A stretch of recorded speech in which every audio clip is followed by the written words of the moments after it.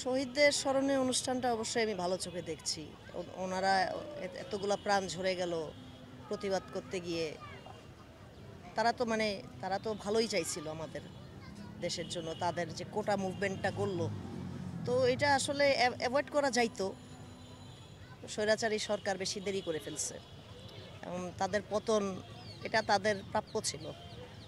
এটা থেকে মানে ভবিষ্যৎ যারা সরকার বা বর্তমান যারা আছে তাদের সবারই আসলে শিক্ষা নেওয়া উচিত যে ডিক্টেটরশিপ জিনিসটা ভালো না। বা মানুষের মানুষের দাবিগুলো আসলে সরকার যেই সরকারই থাকুক, যেই পাওয়ারে থাকুক, তাদের দায়িত্বই হচ্ছে জনগণ কি চায় তাদের তাদের নিডগুলাকে ফুলফিল করা যে কোনো গভর্নমেন্টের দায়িত্ব। এটা থেকে আমরা একটা শিক্ষা পাই। এটাই নতুন বাংলাদেশ নিয়ে আমার হোপস হচ্ছে আমি এটা সেকুলার লিবারাল বাংলাদেশ দেখতে চাই, যেখানে সব ধর্মের বা যারা ধর্ম পালন করে না, ধর্ম মানে না, এমনকি তাদেরও সমান অধিকার, নিরাপত্তা, সবই থাকা, স্বাধীনতা, এগুলি থাকা উচিত।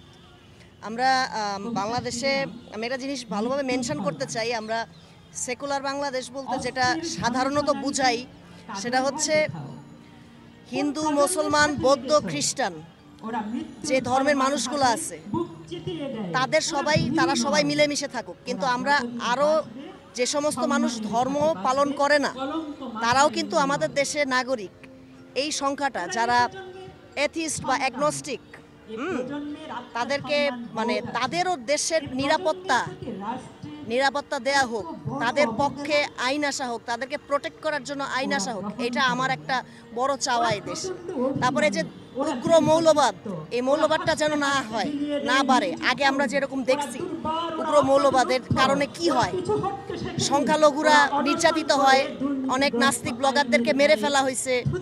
কারা করছে? সংখ্যাগরিষ্ঠ যারা, তাদেরই তো এক অংশ করছে। এই জিনিসগুলা আমরা চাই না নতুন বাংলাদেশে। এইটুকু।